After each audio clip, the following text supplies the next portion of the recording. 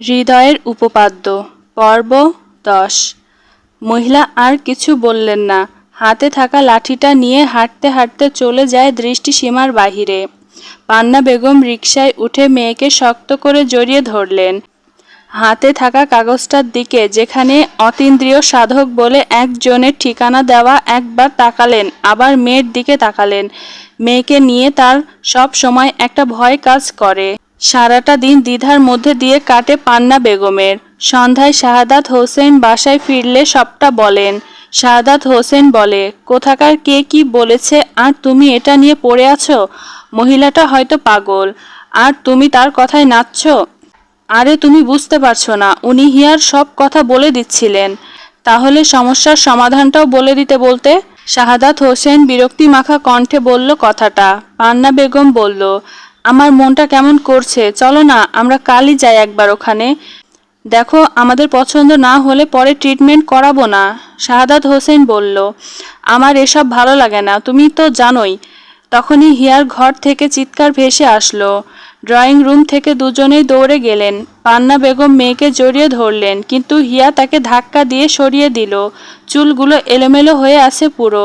হিয়া চিৎকার করে কর্কশ স্বরে বলল, না না, কেউ আসবে না আমার কাছে, ছোঁয়ার চেষ্টা করবে না, একদম না। বলতে বলতে হিয়া নিজের মাথার চুল টেনে ধরল। হিয়ার মুখশ্রী তখন রক্তিম হয়ে উঠেছে, সারা শরীর কাঁপছে। শরীরের তাপমাত্রা অস্বাভাবিকভাবে বেড়ে গেছে। ছটফট করতে করতে লুটিয়ে পড়ল ফ্লোরে। জ্ঞান হারিয়েছে আবারও। মা বাবা দৌড়ে গিয়ে ধরলেন মেয়েকে। পান্না বেগম আর্তনাদ করে বললেন, মারে, চোখ খোল মা, কি হলো তোর? শাহাদাত হোসেনের দিকে তাকিয়ে বলল, দেখো না কি অবস্থা ওর, আমার কিছুই স্বাভাবিক লাগছে না, চলো এক্ষুনি মেয়েকে নিয়ে যাব, চলো। শাহাদাত হোসেন আর বাধা দিতে পারলেন না। রেডি হয়ে দ্রুত সিএনজি ডেকে বেরিয়ে পড়লেন। জায়গাটা এখান থেকে 1 ঘন্টার। হিয়ার শরীরের তাপমাত্রা ধীরে ধীরে বাড়ছেই। ঘন্টা খানেক পরে তারা এসে পৌঁছায় সেখানে। দ্রুত হিয়াকে নিয়ে যায় ওই সাধকের কাছে। কেমন গা ছমছমে একটা পরিবেশ। শহর থেকে অনেকটাই দূরে অবস্থিত একটা কুঁড়ে ঘর। ওখানে পৌঁছাতেই মনে হলো ঝড় উঠবে।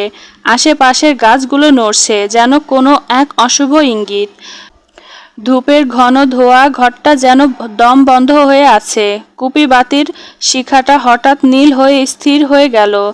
বৃদ্ধ তান্ত্রিক হিয়ার কপালে হাত রাখা মাত্রই তড়িৎ পৃষ্ঠের মতো ছিটকে পিছিয়ে গেল। তার মুখ দিয়ে অসংলগ্ন গোঙানি বের হতে লাগলো, যেন তিনি এমন কিছু দেখছেন যা সহ্য করার ক্ষমতা কোনো মানুষেরই নেই। তিনি দেয়ালে পিঠ ঠেকিয়ে থরথর করে কাঁপতে কাঁপতে আঙুল লুচিয়ে হিয়ার পিছনে শূন্যস্থানের দিকে ইশারা করলেন। তার কণ্ঠস্বর তখন কবরের নিস্তব্ধতা চিরে বেরিয়ে আসা কোনো ফিসফিসানির মতো শোনালো, মানুষ নয়, ওটা কোনো মানুষ নয়, এক ভয়ঙ্কর অভিশপ্ত রক্ত এই মেয়েকে তাড়া করছে। আমি ওর ছায়ার ভেতরের মানুষের অবয়ব দেখছি না, দেখছি বিশাল এক জোড়া ডানা আর জলজান্ত নরকের চোখ। এক প্রাচীন অন্ধকার ওকে নিজের আষ্টে পিষ্টে বেঁধে ফেলেছে। হিয়ার বাবা মা ভয়ে একে অপরকে জড়িয়ে ধরলেন। সাধক এবার টেবিলের উপর থেকে একটা ধারালো ছুরি দিয়ে নিজের আঙুল চিরে রক্ত বের করলেন এবং হিয়ার চারপাশে একটা বৃত্ত এঁকে চিৎকার করে বললেন, আমি এই রক্ত বলয় দিয়ে ওকে সামরিক আড়াল করছি ঠিকই, কিন্তু এই সত্তার ক্ষুধার কাছে আমার এই মন্ত্র বেশিক্ষণ টিকবে না। ওটা হিয়াকে মানুষ হিসেবে চায় না, চায় ওর প্রাচীন শিকার হিসেবে। সাবধান, 72 ঘন্টার মধ্যে ওর বিয়ে ঠিক করো। যদি কোনো রক্ত মাংসে মানুষের সাথে ওকে না বেঁধে দাও, তবে ওই অমানসিক ছায়া থেকে ওকে আলাদা করা যাবে না। ওর অস্তিত্বে মিশে যাবে ওই দানব। নিয়ে যাও ওকে এখান থেকে। আমার নিঃশ্বাস বন্ধ হয়ে আসছে। ও এই ঘরে ঢুকে পড়েছে। ঠিক সেই মুহূর্তে ঘরের একমাত্র জানালাটা সজোরে কপালে লেগে চূর্ণবিচূর্ণ হয়ে গেল, আর পুরো ঘরটা বরফ শীতল এক হিমেল হাওয়ায় ভরে উঠল। পুরোটা পথ শাহাদাত হোসেন আর পান্না বেগম একটিও কথা বলেননি। শুধু চারপাশের অন্ধকার আর ঝিঝি পোকার ডাক তাদের কানে কোনো অমানসিক হাসির মতো বাজছিল। বাসায় ফেরার কিছুক্ষণের মধ্যে হিয়া একটু একটু করে সুস্থ হতে শুরু করে। পান্না বেগম শাহাদাত হোসেনকে বলে, দেখলে আমি বলেছিলাম না? হ্যাঁ, সেটা তো ঠিক আছে, কিন্তু ওই সাধক তো বলেছিল দ্রুত বিয়ের ব্যবস্থা করতে, কিন্তু কিভাবে করব? দুজনে আবারও চিন্তামগ্ন হয়ে পড়লেন। তখনই হিয়ার ফোন বেজে উঠল। আরহামের কল। শাহাদাত হোসেন কল ধরলেন। আরহাম ব্যস্ত কণ্ঠে বলে উঠল, আঙ্কেল, হিয়া ঠিক আছে তো? কয়েকবার কল করলাম, কেউ উঠায়নি। শাহাদাত হোসেন পান্না বেগমের দিকে তাকালেন, তারপর বললেন, হ্যাঁ বাবা, ও এখন মোটামুটি ভালোই আছে। শুনে ভালো লাগলো আঙ্কেল। পরের দিন সকালে হিয়া এখন সবার সাথেই কথা বলছে। কলিং বেলের শব্দে পান্না বেগম গিয়ে দরজা খুলেই দেখল শ্রুতি আর আরহাম দাঁড়িয়ে আছে। পান্না বেগম তাদের ভিতরে আসতে বলে হিয়াকে ডাক দেয়। হিয়া মাথায় ওড়না টেনে এসে সালাম দেয়। আরহাম সালামের উত্তর দেয়। হিয়াকে ওদের সাথে কথা বলতে বলে পান্না বেগম চলে যায় নাস্তা আনতে। এই সুযোগে শ্রুতি দ্রুত হিয়ার পাশে এসে বলে, সত্যি করে বলতো হিয়া, তুই কোথায় গিয়েছিলি সেই দিন? হিয়া আমতা আমতা করে বলতে লাগলো। আরহাম শ্রুতিকে থামিয়ে বলল, যা হয়েছে তা নিয়ে বসে না থেকে তার সমাধান বের করা উচিত। হিয়া শুধু ওদের কথোপকথন শুনে গেল। কিছুক্ষণ পর পান্না বেগম নাস্তা নিয়ে এলেন। হিয়া একটু রুমে গেল। আরহামের একটা কল আসতেই সে উঠে গেল। শ্রুতি পান্না বেগমকে বলল, আন্টি, ডাক্তার কি বলেছেন? পান্না বেগম সবটা খুলে বললেন শ্রুতিকে। শেষে বললেন, মা, এখন ওকে এই 7 দিনের ভিতরে বিয়ে দিব কি করে বলতো? না হয়তো আবার সমস্যা শুরু হয়ে যাবে। আরহাম কথাটা শুনে ফেলল। বসতে বসতে বলে, কোনো সমস্যা আন্টি? কার বিয়ের কথা বলছেন? পান্না বেগম চমকে উঠলেন। একটু ইতস্তত করে বললেন, হিয়ার সমস্যাটা কোনো সাধারণ সমস্যা নয় বাবা, ওর ওপর তো জিনের আঁচড় পড়েছে। এখন যদি 7 দিনের ভিতরে ওর বিয়ে না দেই তাহলে আর কিছু করার থাকবে না। আরহাম একটু হেসে বলল, এই আধুনিক যুগে এসেও এসবে বিশ্বাস করেন আন্টি? করতে হয় বাবা, কাল ওর যে অবস্থা হয়েছিল আর আজ দেখো ও হাঁটছে, সবই বিশ্বাসের উপর। আরহাম মলিন কণ্ঠে বলল, নিচের দিকে তাকিয়ে জিজ্ঞেস করলো, একটা পার্সোনাল প্রশ্ন করি আন্টি? Please don't mind. আরে বাবা, বলো বলো, তুমি কিছু বলবে আর আমি কি মনে করব বলো তো? বলছি, কার সাথে হিয়ার বিয়ে দিবেন ঠিক করেছেন কিছু?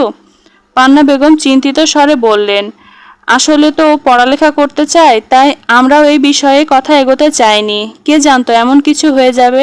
এখন তো আমরা বুঝতে পারছি না কি করব। আরহাম একটু ইতস্তত করে বলল, আন্টি, আমি যদি হিয়াকে চাই তুলে দিবেন আমার হাতে ওকে প্লিজ? পান্না বেগম আশ্চর্যের ন্যায় তাকিয়ে বলল, কি বললে? আরহাম ভয়ে ভয়ে তাকালো পান্না বেগমের দিকে। তার চোখে মুখে অদ্ভুত এক শূন্যতা। শ্রুতি তো এ কথা শুনে অবাকের অষ্টম আশ্চর্যে পৌঁছেছে। আরহাম বলল, আপনি অনুমতি দিলে আমি বাবাকে বলবো এসে কথা বলতে।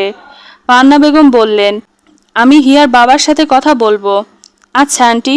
হিয়া তখন নিজের রুম থেকে বেরিয়ে এলো। পান্না বেগম মেয়েকে বসতে বলে চলে গেলেন। হিয়া এসে বসলো সামনের সোফাটায়। আরহাম হিয়াকে উদ্দেশ্য করে বলল, এখন কেমন আছো হিয়া? হিয়া নিচু কণ্ঠে জবাব দিল, আলহামদুলিল্লাহ ভালো। আপনি কেমন আছেন স্যার? ভালো। দ্রুত সুস্থ হয়ে ফিরে এসো, কতগুলো ম্যাচ জমা হয়ে গেছে, কোনো আইডিয়া আছে? হিয়া অবাক হয়ে বলল, এই অবস্থায় আপনি ম্যাথের কথা বলছেন স্যার? আমি মরতে বসেছিলাম আর আপনি চিন্তা করছেন ম্যাথ নিয়ে? আরহাম শক্ত কণ্ঠে বলল, শোনো, সায়েন্সের স্টুডেন্ট তুমি, মরে গেলেও ক্যালকুলেশন করে মরতে হবে, মাইন্ড ইট। হিয়া বিড়বিড় করে বলল, আপনি কি মায়ের পেট থেকে বের হওয়ার সময়ও ক্যালকুলেশন করে সময় ঠিক করে নিয়েছিলেন নাকি? আস্তে আস্তে বলেই মুখ ভেঙচি মারল হিয়া। ভাবল কথাটা হয়তো শোনেনি আরহাম, কিন্তু আরহামের তুখোড় শ্রবণ শক্তি ঠিকই শুনতে পেয়েছে হিয়ার কথা। বাঁকা হেসে বলল, তখন তো আর সায়েন্সের স্টুডেন্ট ছিলাম না, তাই ক্যালকুলেশন করিনি। তবে হিয়া উৎসুক দৃষ্টিতে তাকিয়ে রইল। হিয়ার দিকে তাকিয়ে বলল, তবে তুমি বললে আমার সন্তানকে তার মায়ের পেট থেকে ক্যালকুলেশন শিখিয়ে দিব, যাতে ক্যালকুলেশন করে মায়ের পেট থেকে বের হতে পারে। বলেই একটা চোখ টিপ মারল হিয়াকে। আরহামের এই রূপ দেখে হিয়া তো বিষম খেলো, কাশতে শুরু করলো। শ্রুতি মুখ টিপে হাসছে। আরহাম হাসতে হাসতে পানির গ্লাসটা এগিয়ে দিয়ে বলল, বাচ্চা মানুষ তো, সামান্য কথাতেই বিষম খেয়ে বসলে, নাও পানি পান করো, ঠিক লাগবে। আর আন্টিকে ডাকো, আমরা উঠি আজ।